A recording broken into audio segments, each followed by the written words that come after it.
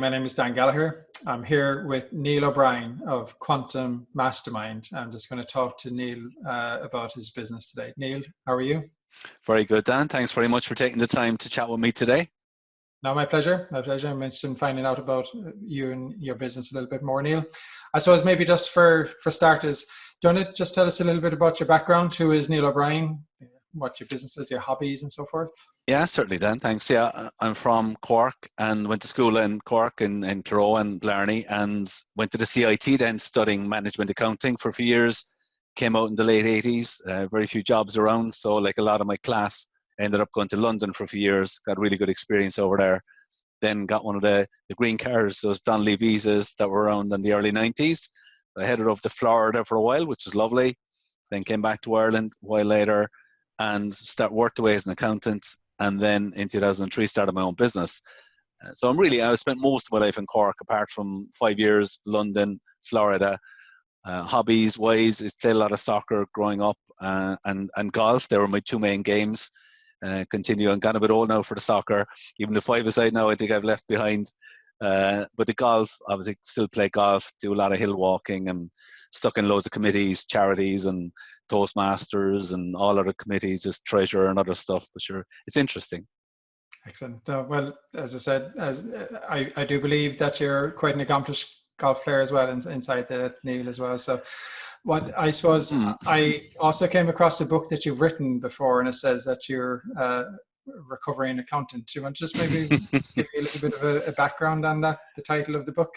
Yeah, it's obviously it's just a bit of a joke. I spent 15 years working as an accountant, and when I was starting my own business in 2003, I thought, well, I'm kind of leaving the numbers behind me and calculator, and I started working with small businesses, advising them. But sure, I discovered I'm using my calculator and spreadsheets as much as ever. So it's kind of like business is all about numbers. So there's kind of no getting away from the accounting. So that's where the recovering accountant is just a little bit of a fun title I use sometimes. Yeah, I was going to ask you just about numbers as well, because you said you started your business back in about 2003, so a couple of eons ago for any young people watching this. But you mentioned the 80-20 principle a lot, and something that's has been a big part in your own development of your own business. Do you want to maybe just explain what that is exactly, 80-20? Yeah, absolutely, Dan. It's one of the core consultancy skills I've developed over the years. And what happened is I kind of stumbled on it when I was working as an accountant with an electronics company years ago. When I was doing the accounting work, once that was the regular monthly accounts were done, I loved doing profitability analysis. And this particular company had 36 customers. And so I decided one day I'm going to work out what I think the net profit or loss is for each one of them. So I got a big spreadsheet and 36 customers. I put all the sales along the top, and then for each one of them, I worked out, well, what's the supplier cost and the staff and rent and all this. So I ended up with a net profit or loss for 36 customers. And what we discovered then when we looked at it, I thought was extraordinary, because just 3 out of 36 customers were giving them 90% of their net profits. Wow. And about 18 of them were losing money. And this applies to almost every business. I've done it for dozens of businesses since then. And this applies to most businesses, is that a smallish number of your clients will give you the bulk of your profit, and there's a bunch of them will be losing your money. And once you know this, what you want to do is change the mix. The whales are the good ones. The sardines are the ones you want less of. So you want to change the mix. If you get more whales and less sardines, it has a huge positive impact on your profits. Wow. Okay. It sounds absolutely amazing if you can focus in and get down to that level of detail, choose some simple analysis. I imagine that obviously we all want to embrace the whales. Dealing with the sardines, I suppose, can be kind of tricky. Is it a case of trying to see if this sardine can become a whale, or just seeing if it's better to kind of throw it back in the sea? Is that kind of the way you have? Yeah, there's about 5 different strategies come out of the analysis, Dan, and that's where the real value is. You're right, dealing with the sardines can be very difficult. I remember one of the first times I worked out these loss-making clients, I was doing it for a business owner. And the first thing he said to me when he looked at all the sardines is that 2 of them, anyway, he played golf with regularly, so every Saturday. So, I mean, a business owner, they can still decide to keep them if they want to, but what happens most typically is that people will deal with it like in price increases or reducing the level of service to those sardines so that you're minimizing the negative impact they can have on your bottom line. And you're right, Dan, within those sardines, sometimes there's some who can become whales. I call them baby whales in the sardines. So, and they can be nurtured. And as part of the analysis is that sometimes these baby whales can be nurtured up, but a lot of them will never become a whale. And you really just want to try and minimize the number of them in your business. Or pass them on to somebody else who might be able to. Yeah, pass them on to somebody else. That's kind of common enough, all right, yeah. Okay. That sounds fantastic. I mean, one thing I imagine, given the current crisis with COVID, is this is probably an exercise that you just got to be doing as well. You got to have laser focus to come in and do that. That leads me on to, I suppose, another question I have as well. You have the title of Quantum Mastermind, and you run different mastermind groups, which sounds very interesting. Would you be able to just explain a little bit about what does mastermind mean, or what does it do? Yeah, certainly, Dan. Yes, they've been around for about 100 years, and the idea is that you put together a group of business owners, and it's really a business learning and accountability group, and it's almost designed to provide support and encouragement for business owners. And the way it works is a group of between 6 and 8 business owners meet on a regular basis. Now, up to recent times, it was half a day once a month. We've now moved it online, and we have 2 meetings, so for 1 hour to 2 hours twice a month. And every owner gets a slot. You get a time slot of maybe 15, 20 minutes where you bring along the most pressing challenge you have in the business. As you can imagine, at the moment, a lot of it is around cash flow and growing sales. It can be time management. It can be dealing with a staff member. You throw that question out to the group. Now, they tap into their collective knowledge and wisdom, and they brainstorm that challenge. And what they'll do is they'll come up with fresh ideas, a bunch of fresh ideas. And then the owner selects between 1 and 3 of them, so that they're leaving the meeting with a clear plan of action of what to do. And at the subsequent meeting, they update the group on how they get on with those actions. And there's a real sense of accountability, as in people don't want to be coming along saying, I didn't get it done. And these actions normally will help move your business forward. It's a very powerful format. And it's, as I said, we're running 2 groups now for the last 3 years. And even in, say, more regular times, they can provide huge benefit to business owners. At the moment, as you can imagine, there's a lot of challenges out there for business owners. At the moment, I think they're in even more key support. I think together, on your own, it's kind of difficult to get through these times. You may get through them, but I think together, we all have a much better chance of getting or surviving these choppy waters we're in. Exactly. It's more like a kind of a board, kind of collegiality mentality comes in. You mentioned there a few times, Neil, I suppose, about brainstorming and accountability as well for the business owners, which sounds great. But have you kind of just something specific you could share with us in terms of that somebody has done? Maybe just an example, something concrete. Absolutely, Dan. And the accountability is huge. And I'll go back to I joined a group in England about 4 years ago. And at the very first meeting we were at, we set goals, 3-month goals. Now, I've been working on a book on and off, as kind of more off than on, for about 10 years. And this thing, I have a second desk in my office, and every so often I'd look over there, and there was a bunch of papers there, and there was like dust gathering on them. And to say progress was slow on this book would be an understatement. At the very first mastermind meeting in England, I committed to having that book finished within 3 months. And I came back, and I put a lot of time and effort into writing the rest of the content, getting it edited, designing the cover, and so on. And 3 months later, I went back to that meeting, and I had a copy of that book in my hand.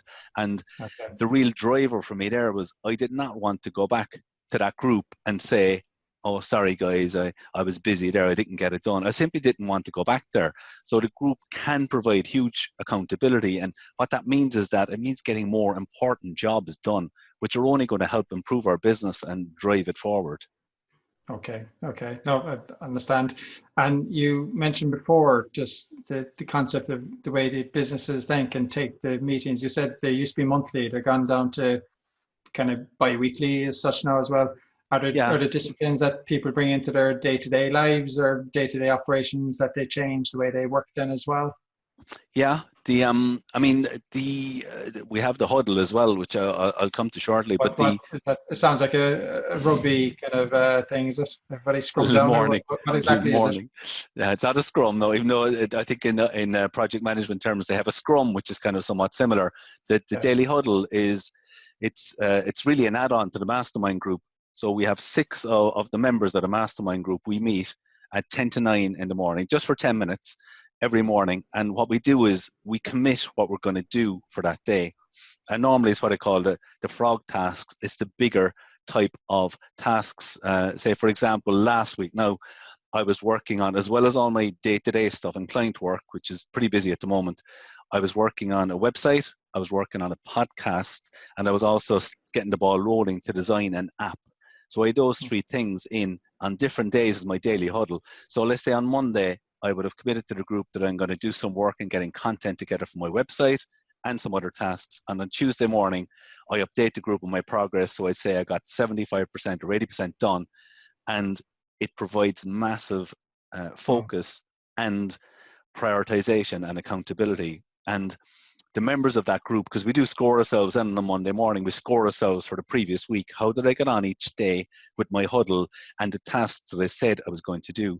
And on average, the members of the group report back that they get between 75 and 80% of their key tasks done daily and weekly, which is really, really powerful. That's impressive, especially at the moment, because I think there, with all the distractions going on, it'd be easy to get consumed with the news and stuff like that.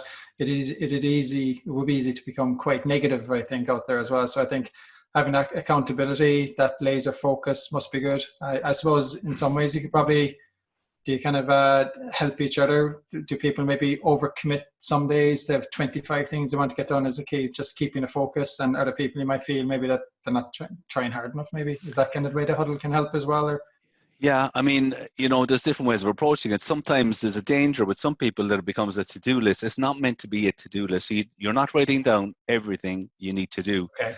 And I tweaked it recently myself because maybe I was in danger of writing down too much stuff. So for example, Dan, if I have 3 client meetings tomorrow, they're in my diary, they're going to happen.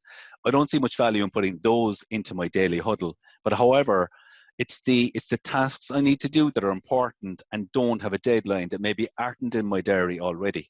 And I gave the examples earlier on of the website. I'm working on a new website. I'm working on podcasts, and I'm working on developing an app. Now, those are the type of things that don't have a deadline, and without the, I suppose, discipline of the huddle, I'd say there's a pretty good chance I would not be working on them. So what I find is, let's say, for example, my website, I need to get some content done. What I find is, if tomorrow morning I put it into my huddle as one of my frog important tasks, and I commit to those other 5 people that I'm going to spend an hour working on my website content tomorrow, then I don't want to go on there the next morning saying I didn't get it done. Now, occasionally, I mean, then we all know life happens. You make a plan and something happens and the plan goes out the window. And sometimes, maybe we don't get to those important jobs because something else you have to sort something out for a client. Exactly, yeah, sure. But what I love about the huddle, Dan, is that, let's say I put something down for tomorrow and I don't get it done. Then when I'm planning the next day, I'm fairly focused on, I don't want that task going on day after day after day. And my rule is, certainly if it slips 2 days, there's no way it's going to slip a third day, because I simply, whereas without the huddle, without putting it in there, it's kind of like, it could slip as well. So it's very powerful. So what you just said there, though, that there may be six people on this thing. I mean, there's a danger it could become a talk shop, I guess, as well. I imagine it has to be run like pretty clinically to get in, get the job done. Everybody just says their own piece and they move on. Yeah. Is that kind of the way it's supposed to work inside there as well? Short and sweet. Yeah, that's right, Dan. We have a little format made up. We use OneDrive and we have a spreadsheet, and basically there's the way it works is, score yourself, what percentage did I get yesterday? What am I doing today? And what are my KPI billable tasks, cash in, whatever. So everybody is roughly a minute. And we do stick. It's 5-6 minutes max, and that's it. And start it today, get it. Fantastic. And there's a nice little touch too, Dan. We've started it thereafter, while at the end we add in a little very quick exercise and diet. And it's really good because, I've seen people now who maybe weren't doing any walking or whatever, and there's no pressure, but when you hear other people going exercising, so like one of the guys now, wasn't doing anything, and he was really busy in work. And he said, but what he does now, he goes out for 3 short walks in the day, and he's also started playing basketball with his daughter a couple times a week. So like, he wasn't doing those things, but just listening to other people saying, you know, one guy has 10,000 steps and another guy is got a personal trainer, and it's like a little bit of subtle pressure to go and do a bit of exercise. So it's a really nice little touch that we've added into the huddle as well. One other question, just in terms of something I would see, you know, you go into bookshops, there's lots of business books and stuff, and sometimes you get overwhelmed, you feel overwhelmed as well with emails coming as well.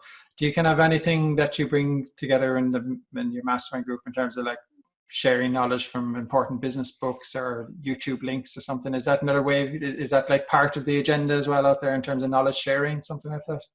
Yeah, and I'd say it's one of the again, it's one of the real benefits people get, is that we do, for example, share knowledge on books and sometimes book summaries. And the other thing that works quite well is technology. So if somebody comes across an app or something else that they find good, they'll share with the rest of the group. And a recent example there, that was Loom, which is really designed for just doing short little videos. So the idea is that if you have to, say, type a long email to a client or a work colleague or whatever, so, you know, it can take a long time to type, plus Or like, manana. yeah, and the other person gets it. And, you know, like, we get so many emails, like, do we have time? Does the other person have time to be reading a long email? So Loom is a lovely little video thing. And what it allows you to do is, first of all, so instead of writing a long email, you can record a short video that's sent to their email box. So first of all, it saves you time. And secondly, the message is much more likely to land, because somebody, I think we prefer to play a short video than read a long email. And this was shared at our huddle and mastermind a few weeks ago. And what I noticed the following week is, I noticed people in the group, because I started getting some Loom videos from them. So people were using it. So the sharing of apps and productivity tools can really help people. Yeah, help people hugely. Yes. Okay, so I think if you were to say, with challenging times that we are in at the moment, and it looks like it's going to be continuing on for a while, there's enough financial stress on businesses anyway, just out there. Okay, great. There's some government supports as well. I suppose even for people finding out these supports can be tricky as well, and getting the right information. But how have you found the mastermind model has had to change in the last few months, or do you find it's still a perfect model for dealing with these kind of things? Yeah, it's changed. I mean, the format is similar of the meetings, but it's changed hugely, Dan, in terms of, we've gone from, obviously we can't meet face to face anymore, so it's gone from a hotel room to Zoom. And what I found with Zoom is, instead of meeting once a month, we're now meeting twice a month. And the whole focus of the group has changed, really, because I suppose up to February this year, the focus really was on growing sales and driving things on. Whereas what happened very quickly then is that some people, their sales are down 30% or 40%. So the focus went almost into, how can we manage to get through this? So what we did with the mastermind is, we brought in guest speakers on things like the wage subsidy and government supports. We started focusing on sales. We had a brilliant brainstorming session on why now is a great time to sell, because people were almost felt it was all wrong to be selling, whereas we realized after our brainstorming session, actually it's a great time to be selling, because people are at home at their kitchen table on Zoom, and probably much easier to get, because there's no receptionist to get past and so on. So it's changed a bit, but as I said, it's still very dynamic. We're focusing on marketing now quite a lot in recent meetings, because we realized that we need to be marketing our business more to recoup those sales that have been lost. And also, probably people are moving their courses and things from classroom to online. So it's changed, but it's still just as effective in terms of helping people drive on and overcome the challenges they face, and have positive actions and a positive environment. I like to think, Dan, it's like that we're out on the boat is out on a choppy sea, is what it's like being in business at the moment. And I think coming into the mastermind, it's a bit like a safe haven. It's calm water. You're in an environment where people are very supportive and encouraging. Everybody in that group wants to help everybody else. And, you know, it can really help you leave the meeting. You can feel motivated. You feel like you've got support, that somebody has your back. And I think that can make all the difference to how we manage to get through these times together. I suppose you could sum it up, that business is about the personal relationships in life as well, and spot our own networks, and anything that we can do to enhance our networks and everything, it can only be good. But you've mentioned so many examples there, Neil. I think just the fact that you can share a problem, that means you're also exposed to challenges that other businesses have. So you're probably learning. You might see things that you wouldn't typically in your own business. So that's great in your own personal development. You've access, as I said, to the book clubs, knowledge sharing.